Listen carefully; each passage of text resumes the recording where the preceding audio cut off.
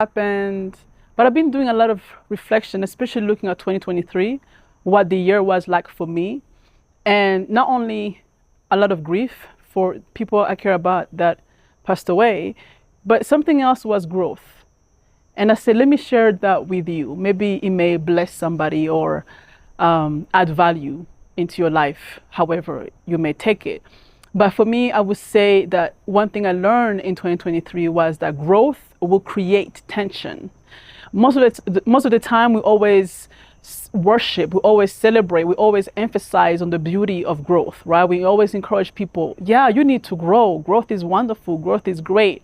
But we never talk about the tension that comes with growth. We don't never talk about the price that comes with growth. We never talk about the price or the cost of change. I may have to preach on that one very soon, the cost of change.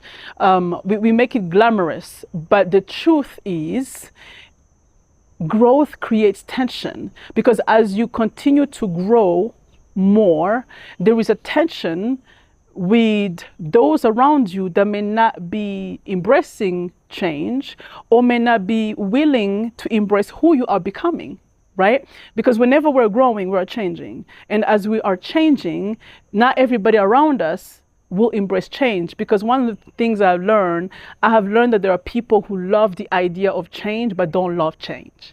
So it is very important to discern. I feel like 2024 is a year of discernment, because there's a lot of change and there's a lot of shifts that God is going to bring in this year, both in the world, economically, and in the church. But that's a video for another day, another time. But for now, I really want to just share with somebody, if you feel more isolated, if you feel misunderstood, if you feel like nobody truly, I feel boring because I'm not like everybody else. I don't think like everybody else. I don't go to the things that everybody goes to. I'm not following the trends. What's wrong with me, right? Because growth makes you lose appetite for the old things. And as you lose your appetite, you find yourself not at the same tables of the people you were with before. You don't have a problem with those people. The difference is you don't have the same appetite. You're not craving the same things. So yes, growth will create tension, but growth will also create isolation.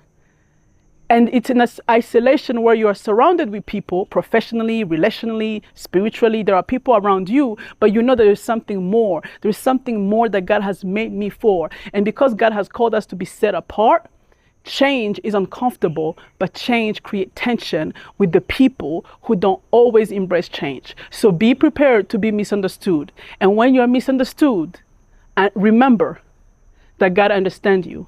Because as you become more into who God created you to be, is as you grow closer into your purpose and into your identity.